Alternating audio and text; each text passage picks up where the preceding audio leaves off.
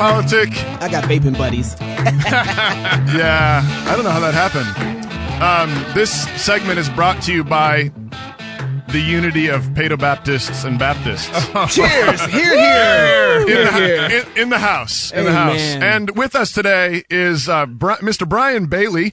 He's elder at Clear Note Church in Bloomington, Indiana. He's also the father of 9 as of August. Amen. Wow. Praise God. All baptized? Are they all baptized? Yeah, are they baptized? Come on now. I'm rooting Not for yet. Oh, yeah. You know what? Yeah. But This interview's going to be very short. Brian, you held a chief budget director position under Governor Pence. Now who's vice president. Yeah. Vice President of the United States. Brian, thanks so much for being on the show with us today. Sure. Thank you for having me. So, before we get to the real stuff on baptism, talk to us about your role in state government under Governor Pence. Sure. The first position I held for Governor Pence was as the Office in Management and Budget Chief of Staff and his Fiscal Policy Director. And the focus during that initial 6 months was a legislative session, his first one, in which he passed his first budget and enacted property tax cuts to the income tax and eliminated the inheritance tax. So those were the big jobs during that first 6 months of his administration. And then after that, he appointed me to be his budget director, at which point my job was to steward the state budget to make sure that we maintained a surplus. We didn't spend any more money than we took in from the taxpayer. And that we maintained, yeah, exactly.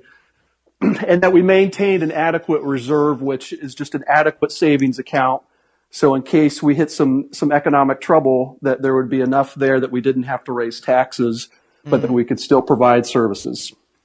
Now, as this in this position, how do you bring biblical principles to bear on your work in public office?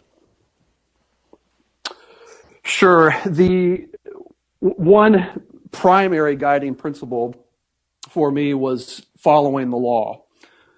And that's good. Anyone that you, yeah. 101. I like to keep it simple. Following the law and making sure that you're taking it step by step. You're not skipping things. You're not playing fast and loose with the text. You're actually trying to abide by the letter and the spirit of it. And that's important because in budgeting, and then once you have the budget, you're administering it, things happen that people want to find quick solutions for.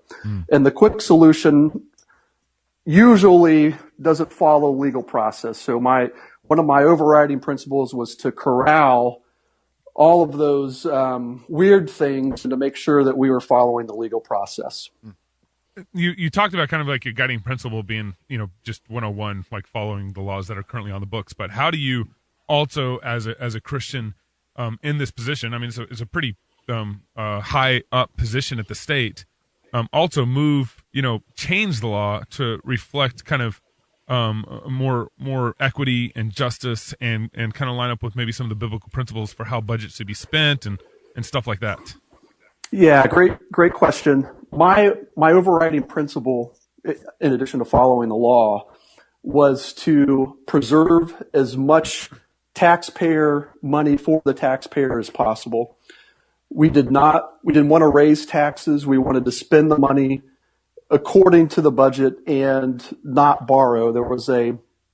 There's actually a budget that we drafted in his second budget session where one of our objectives was not to borrow anything and just to pay down debt. And I think those are sound economic principles. I think they're sound biblical principles, and we tried to, as much as we could, abide by those. Were there any places while you were serving where your Christian principles came up to the sort of into conflict with what either you were being asked to do or what you were being expected to do?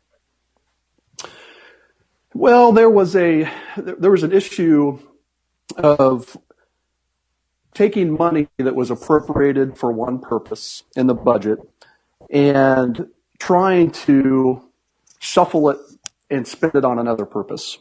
And these kinds of requests come up. They can come up from others within the administration. They can come up with from legislators that want to make a change to the budget that was passed by their colleagues. And I wouldn't do it unless there was authority that was very specific for how you handled money and you transferred it from fund to fund. Yeah. What about specifically? How did you handle things like state funds going to Planned Parenthood? Specific. Well, one of the conditions for me taking the job was that I would not sign anything that would require money to go from the state to Planned Parenthood. I just wasn't going to be a part of that. That was so that's where you started. When Mike Pence came to you, that's where you started and said, "Hey, here's my principles coming into this where I'm going to be." Yes, that was a condition, and it was something I couldn't abide by. If I were to get that office, it wouldn't have been worth it if I had to violate that principle. So does Indiana actually not? I mean, do they do any funding of Planned Parenthood? Was that an issue, or did somebody else do it for you? Or there was in the prior administration, there was a movement away from any sort of funding to Planned Parenthood, and that was a principle that we were able to maintain. Nice. A policy we were able to maintain in the Pence administration. Brian, I had a list of questions for you, and then your opening comments, they kind of jarred me a little bit and made me have to kind of redirect and say, I want to talk about this a little bit. So I just want you to know we're friendlies, and I'm a friend, but this is a set of gotcha questions. Now, because I like you, I'm giving you the heads up right now. Okay, so, but when you opened up and you was telling what you did, you said you saved money aside so that you wouldn't have to raise taxes. Now, I kind of like those people who say taxation is theft. And I fit into some of that category. So when you say you're saving money, aren't you saving money that was basically overtaxed from the citizen? How is that working? How are you able to save money? Sure. Yeah, great question. So when we put together the budget, we have a revenue forecast. And so the revenue forecast will say income tax, sales tax, corporate income tax, other taxes. I'm just going to be general here. You're going to receive $15 billion from those taxes. And we don't know whether that's actually going to come in over a year or over the second year. And so we imposed what was called a reversion. We told the agencies, you have to hold back 2 or 3% of your budget and return it to the general fund at the end of the year. And so we were able to restrain spending and have those dollars build up in what we call reserve funds. Now, in Indiana law, and it's changed over the years, there was what was called an automatic taxpayer refund.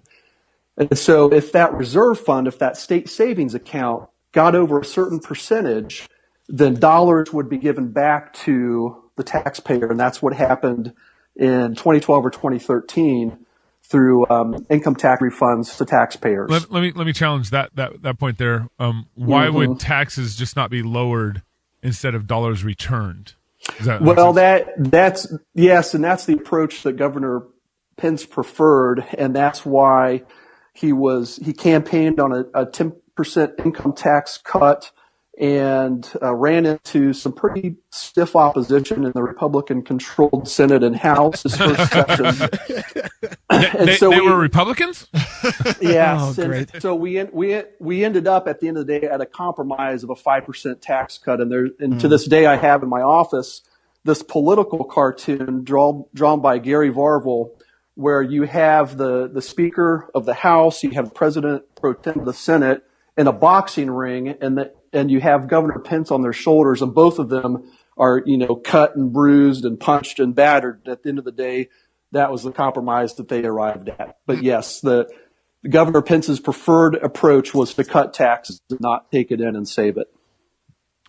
See, because in Minneapolis, I think right now, my family's from Minneapolis. Minneapolis is home to me. And last time I was visiting, they told me they had $1.2 billion in reserve from overtaxation. and they're sitting there trying to figure out, well, what else do we get to build? What parks do we get to build? And I'm thinking to myself, you got $1.2 billion and you're trying to figure out what to build. How about give it back to the taxpayers and let them boost your economy from what they decide they want to build? Absolutely. So I'm wondering, like, I kind of agree with the. Yeah. Here's a tax question that I've kind of, this has kind of been my, I don't know, hypothesis or whatever, or philosophy of trying to push forward and trying to figure out a way or a cap in law that says our senators, our state cannot tax us any more than, let's say, like 20%.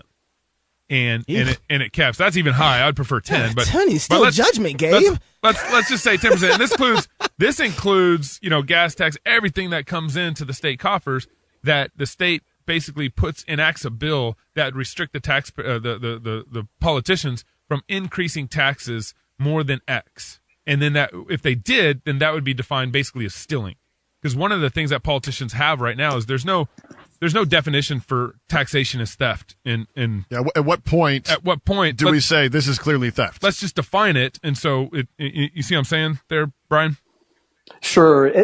Sure. And there are a number of states that have enacted spending caps where they try to limit spending as a spending increases as a function of population increase or a function of inflation or GDP or something. Yeah. GDP.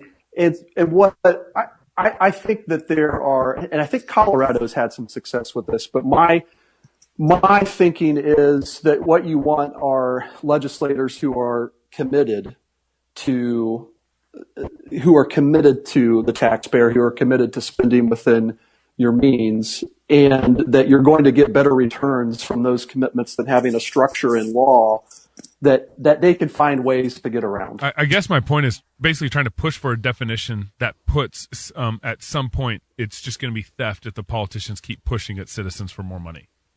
Do you think there's a number? Like, I mean, Brian, just thinking about this financially and being involved in the state government, I mean, would you be willing to say, I really think that, this percentage is plenty, and beyond this, we're at theft?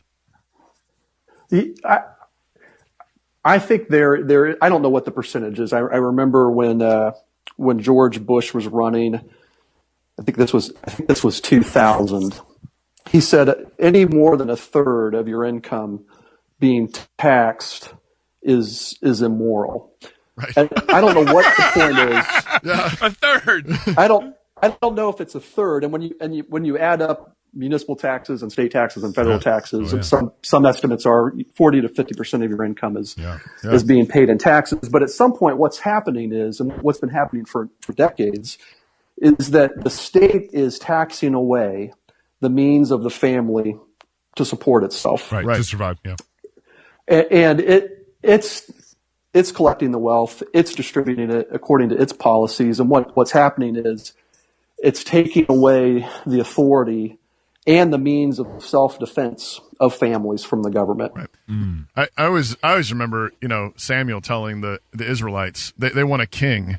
Yeah. Right. And he says, if you ask for a king, you guys, he might tax you up to 10%. Up to 10%. That was judgment from God. Right, Yes. right. But it sure seems, and right along with what you're saying, Brian, is as soon as you are starting to take more than that, you are taking the place of God. You're taking you're going to be the provider, the savior, the defender, and you're not allowing the actual spheres of government that God's created to do what they're supposed to do. Yes, the state, and this has been going on for decades now here in America, has arrogated to itself authority. The central government has arrogated it to itself authority that is undermining the intermediate institutions of the family, of schools that are increasingly under federal bureaucratic regulatory control. Right. Churches. So every institution that would stand or buffer the individual from the state is being removed or weakened. One thing that President Trump, I think, has shown all of us is that not to use Twitter at 3 a.m. Right. but that you can do something radical and still get elected. And regardless, it's is something it's that we all agree ridiculous. with, even if it's ridiculous. And so, why have we kind of bought into? And Mike Pence, I like a lot of what Mike Pence has said and done, even as VP. I think he's in an awkward position, Right. But at the same time, he had the state ability. He had the state level, the highest level of office in the state of Indiana, and I don't know if he did much radical push and initiatives in Indiana to change. And Trump obviously has shown that that's possible. You mentioned Twitter and in the media, and I think what President Trump has shown is that you can go around the media, over the media, under the media, directly to the individual, and that you can expose the media for its role as the other party. I mean, it's an opposing party, Yeah. and he's been masterful in exposing that. Yeah. So tell us, did you vote for Trump and Pence? And I did. And what do you think? What kind of grade would you give them? Well, I voted against Hillary and Tim Kaine, and I voted for President Trump and Vice President Pence. And I don't know that I would give them a grade at this point. Incomplete. Incomplete. What I wanted to see was a repeal of Obamacare. And that's something that the Republican Party had run on for a number of cycles and hasn't produced. Basically 6 years. And that would be, so we talked about the federal government arrogating power to itself. So it's arrogated 1/5 of the entire United States economy bound up with healthcare. Wow. And Wow. as it controls healthcare, it's controlling 1/5 of the economy. Yeah. If you want to promote freedom and you want to promote individual freedom, family freedom, you're going to repeal Obamacare. Brian, we're at the end of our time here, but you, given your position, given your experience, you're an elder in the church, you are an attorney, and you have experience at the state level, at the legislature. If you have one thing to admonish, exhort the Christians out there that are listening to this show, what would you tell them? What would you charge them? How would you encourage them? Absolutely. I would encourage them to find a good church and to find a pastor who's going to hold them accountable to standing for truth in the public square. And then when they do that, that pastor is also going to encourage them not to leave, because it is extremely lonely being in a position like that. You look at whether you're going to thrive politically. There are only two ways to do it. There's the world's way of thriving, or there's God's way of thriving. Amen. And God's way of thriving looks like dying. It's obscure, it's lonely, but we have to stand before God and give an account. Those of us who are civil magistrates have to give an account for the degree to which we punish the evil and we rewarded the good. And God doesn't care about our jobs, and He doesn't care about our comfort. He does care that we're obedient and that we work within the office that He's given us to protect the weak, protect those that are on the margins. And that's what I would say to encourage the fellow civil magistrates out there. Brian, that's really good. I really appreciate your time. Thanks for being with us on Cross Politic today. And God bless you and your work. Thanks, Brian. Thank you, brothers. Thanks for having me.